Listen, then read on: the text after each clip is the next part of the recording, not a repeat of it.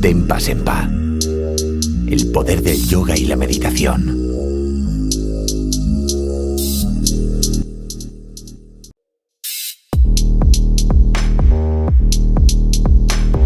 ¿Y cuántas formaciones has hecho para formarte como profesora de yoga? ¿Cuántas formaciones he hecho?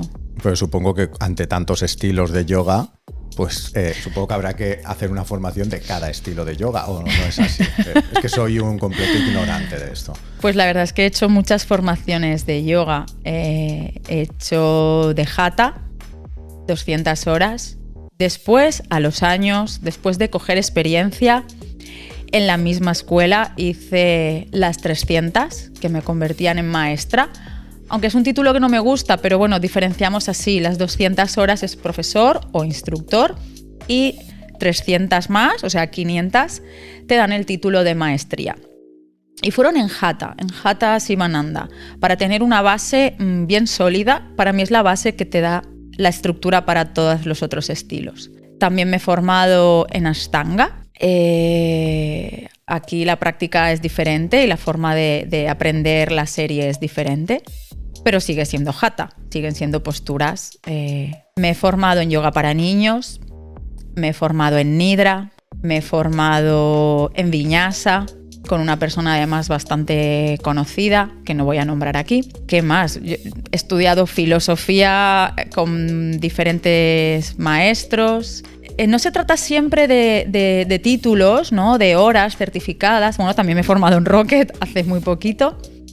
Sino de practicar mucho y con profesores diferentes. Cuando practicas solo con una persona, al final el mundo se queda estrecho. Por eso yo recomiendo siempre, incluso en mis formaciones, que los alumnos vayan a practicar con otros profesores, porque aprenderán de sus formas de indicar, de su vocabulario, de su energía. También aprenderán de qué cosas no hacer, porque eso no me gusta y entonces tengo cuidado y no lo incluyo en mis clases. Así que básicamente lo que yo recomiendo es formarte en Hatha para después ir encontrando el estilo que se acopla a ti, ¿no? Que se adapta a ti. Es verdad que puedes hacer muchas formaciones de muchos estilos y eso va a enriquecer tu práctica y tu visión del mundo. Pero para comenzar, siempre recomendaría una base de Hatha, sea cual sea el estilo en el que te vayas a formar. Y ahora que sabemos un poco, has compartido con todo el mundo que te está viendo o escuchando, porque ya os recuerdo que este video podcast también se escucha en las plataformas de podcast. Entonces, tanto para los que nos veis como para los que nos escucháis, ahora ya conocéis a Sima, ya habéis visto un poco el recorrido que ha hecho para ser profesora de profesores, que es un poco la definición, ¿no?, de su trayectoria. Empezó como practicante, pero automáticamente le apasionó y quiso compartir con todo el mundo eso que tanto le apasionó. Vamos al punto de vista un poco más crítico y me gustaría que compartieras con todo el mundo y que lo dijeras ya en voz alta, porque es una cosa de la que no se suele hablar. Quiero que me digas cuáles son las carencias que ves en muchísimas de las formaciones que no solamente has vivido tú en tu propia persona, sino que sabes de primera mano por medio de alumnos que han hecho esas formaciones. ¿Cuáles son las carencias o los puntos flacos que ves en las formaciones, sobre todo aquí en Occidente? ¿Vale?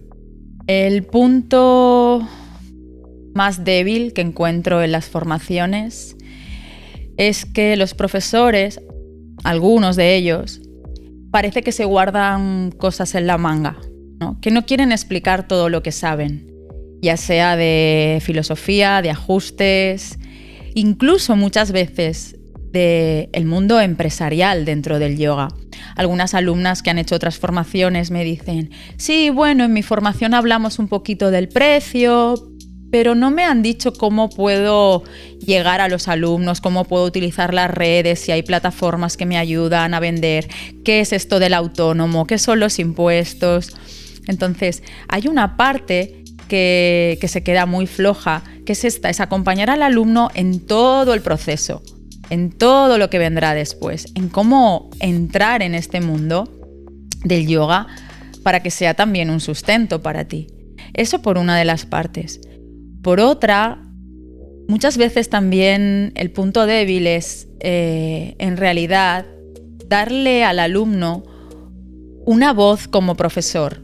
Se le indican mucho cómo mejorar en sus posturas, cómo llegar a avanzar, cómo poner el pie detrás de la oreja, cómo hacer el pino, cómo hacer el split, pero se le enseña poco a enseñar. Hacen muchos pranayamas, quizás incluso en algunas formaciones hacen crillas, unas limpiezas que en mi opinión no son necesarias aquí en Occidente. Y luego se les olvida enseñarles, se les olvida o simplemente no lo incluyen. Cómo guiar un pranayama, pero porque no por más recibirlo tú vas a saber cómo guiarlo. Tiene mucha enseñanza, es tu práctica, pero hay pequeños trucos que nunca has visto como practicante, porque cuando haces pranayamas tienes los ojos cerrados, que tu profesor hace, como por ejemplo guiarte o hacer cuentas con los dedos. Todo eso se queda corto. Otro punto débil también, que me han contado que han sufrido algunos alumnos en algunas formaciones, es que el profesor no incentiva o no cultiva la unión en el grupo. No, aquí no has venido a hacer amigos. He oído alguna vez y me parece muy fuerte porque en las formaciones, aparte de llevarte secuencias, nombres de posturas, nombres de dioses, mantras, mudras, ajustes, lo que te vas a llevar es una comunidad, una familia con la que luego, creando lazos, vas a tener proyectos, vas a seguir aprendiendo, vas a tener dónde apoyarte. En realidad es lo más rico de las formaciones. Esa nueva familia que te llevas y de la que vas a aprender muchas más cosas, porque a uno le va más la filosofía, el otro le va más la música, el otro le va más, los viajes, y al final vas a ir creando una comunidad de la que aprender y a la que enseñar.